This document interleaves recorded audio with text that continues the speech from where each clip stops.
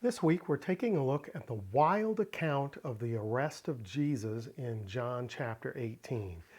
This passage includes one of the most abused and misinterpreted scenes in the Gospels. And we'll talk about that in depth when we get to the part that gets sort of twisted and manipulated. But first, let's set the stage with John chapter 18 verses 1 and 2, and this is from the ESV.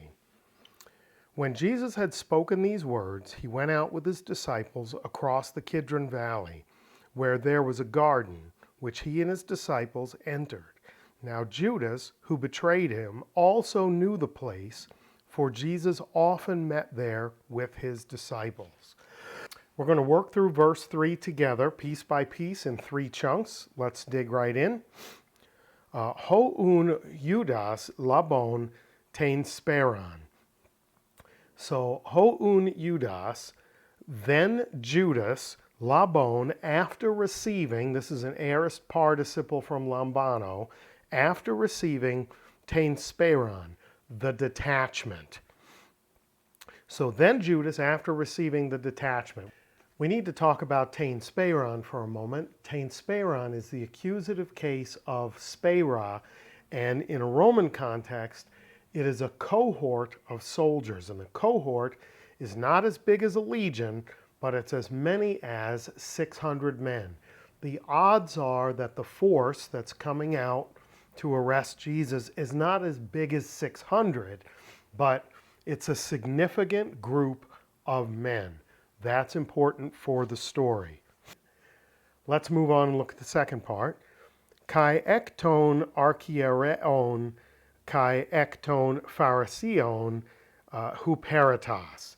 We're going to start at the end of this phrase, huperitas.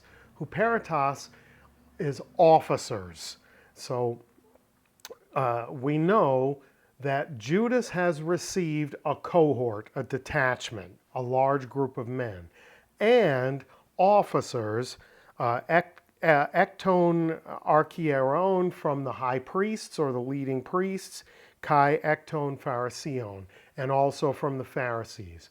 So there's a delegation that's going with Judas. What is the delegation made up of? A detachment of men, of armed men, we're about to find out, as well as officers from the leading priests and from the Pharisees. That brings us to the third part. Erketai, eke. Erketai, he went. So the verse is about Judas and the detachment and officers that go with him.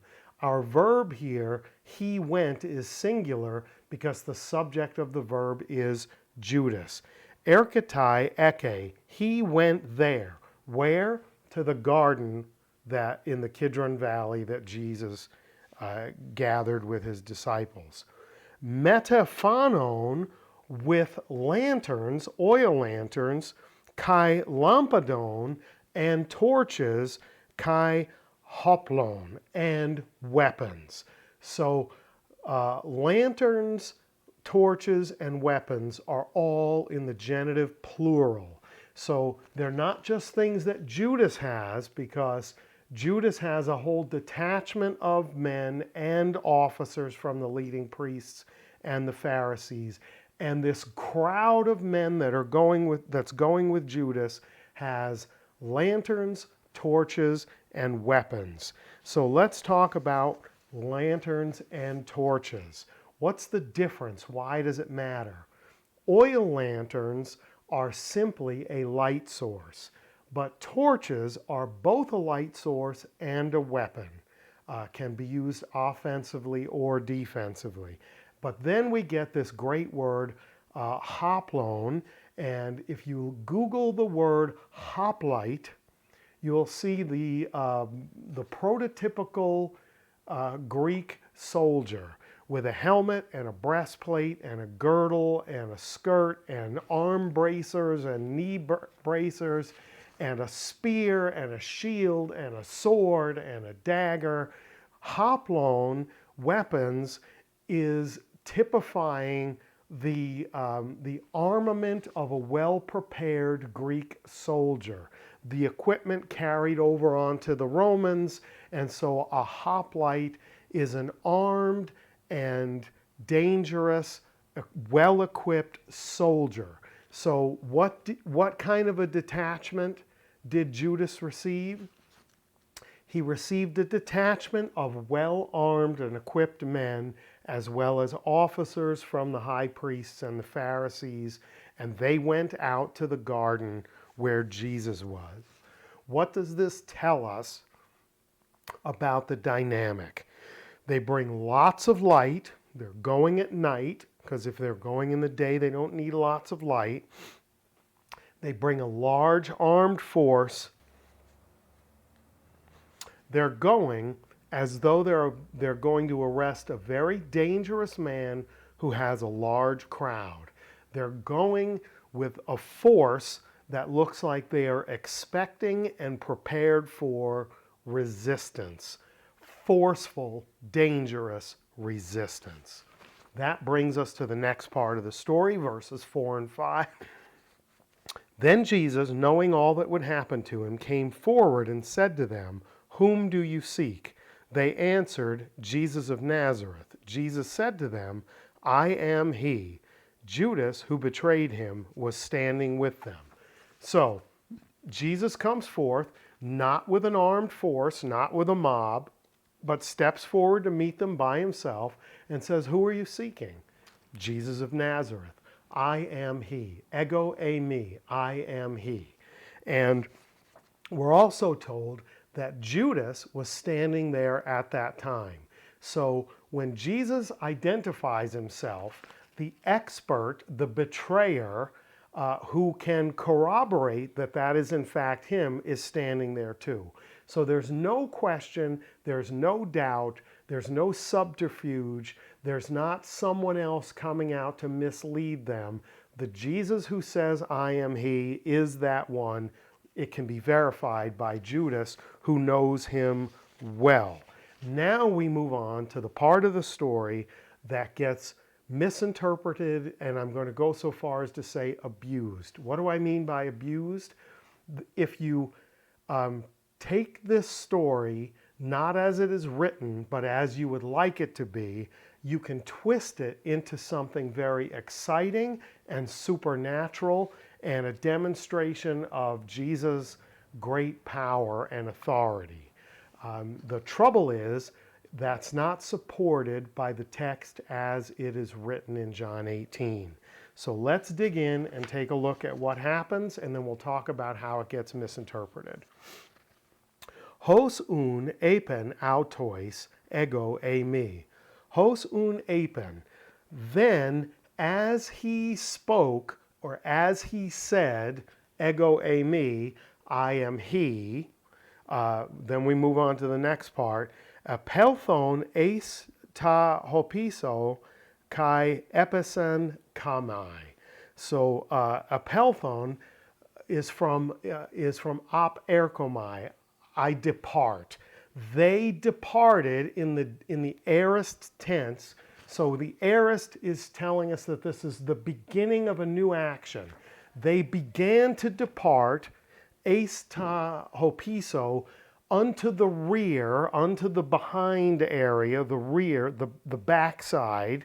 They started to back away, kai epison, and they started to fall, kamai, to the ground. So what happened? They go up and Jesus comes out and meets them and says, "Who are you seeking?" Jesus of Nazareth. And he says, "I am he."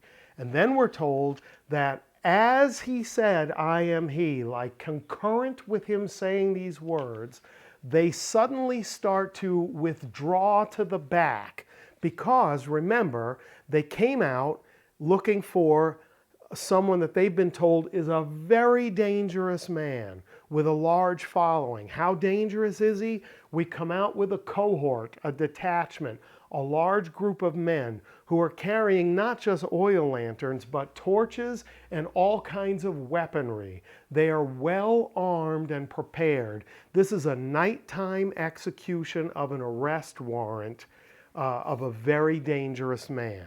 And all of a sudden they realize this mild and meek person who came out to talk to them is in fact the very dangerous man they're here to arrest. So what is their reaction concurrent with that realization when he says, yeah, I'm he? They start to back up in a hurry. And there's a bunch of people there.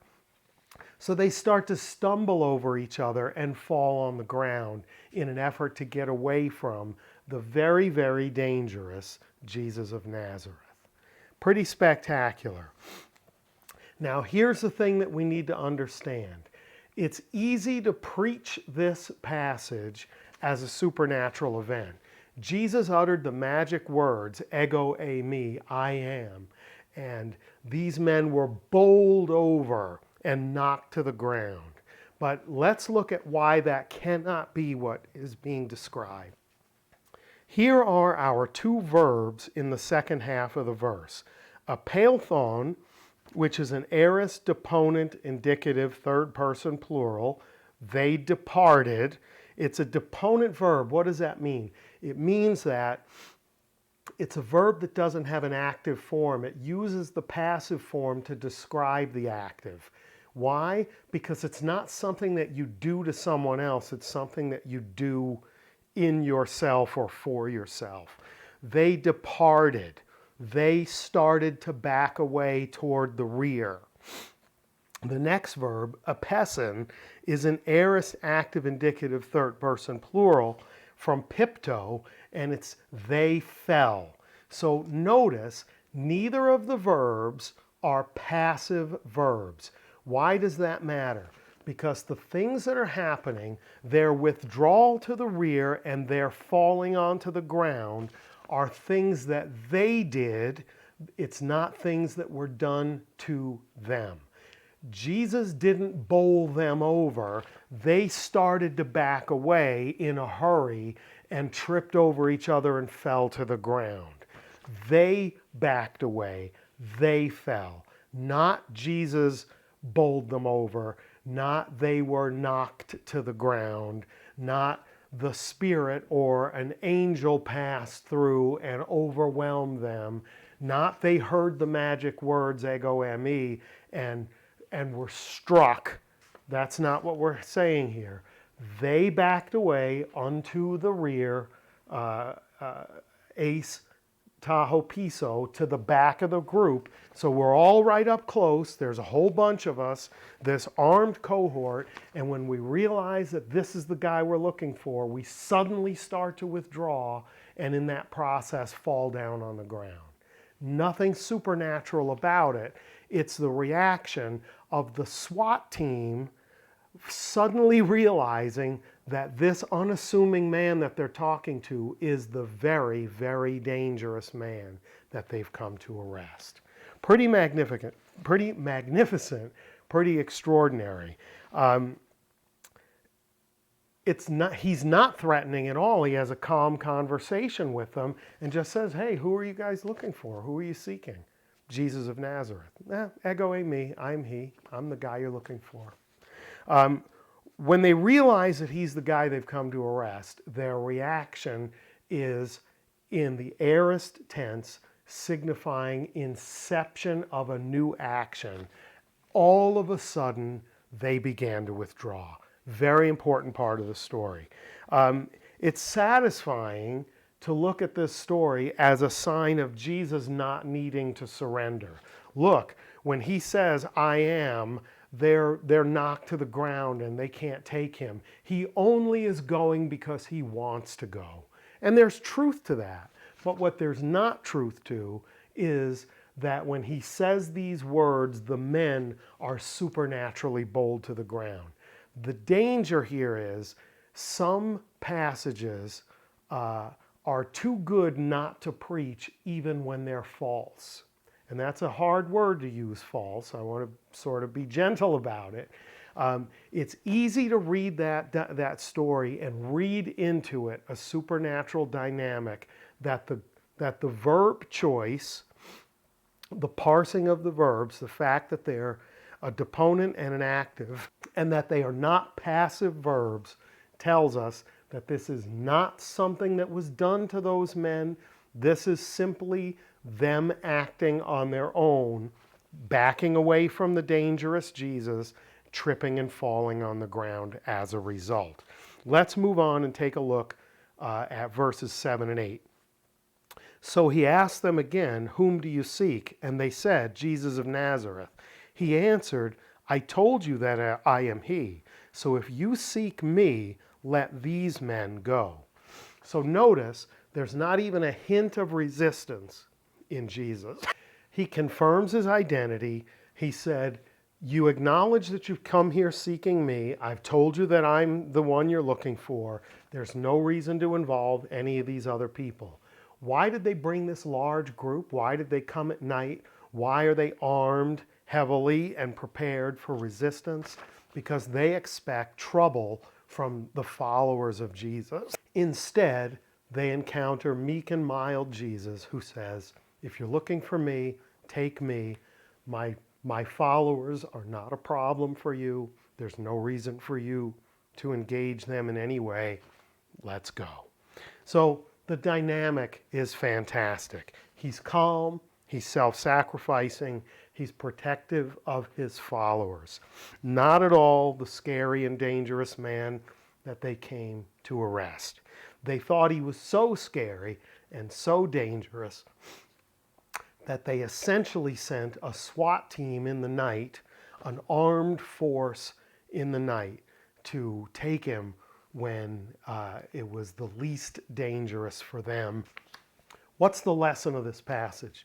The key here is, as much as we may want to read things into a text, whether we're approaching this academically or from a Protestant theology, which cares not about tradition, but what the text says, the text has to dictate the interpretation. The evidence is everything. And the evidence we have is the text as it is written. Not as we wish it were written, not as it would be more exciting from the pulpit, but as it is written. What happened? When they realized it was him, they started to depart to the back. And because there were so many of them, they wound up stumbling and falling to the ground. Powerful, awesome, but not supernatural. Thanks for watching. I hope this was good for you. If it was, you know all the stuff to do. And until next time, Charis Kairene Humin, grace and peace to you.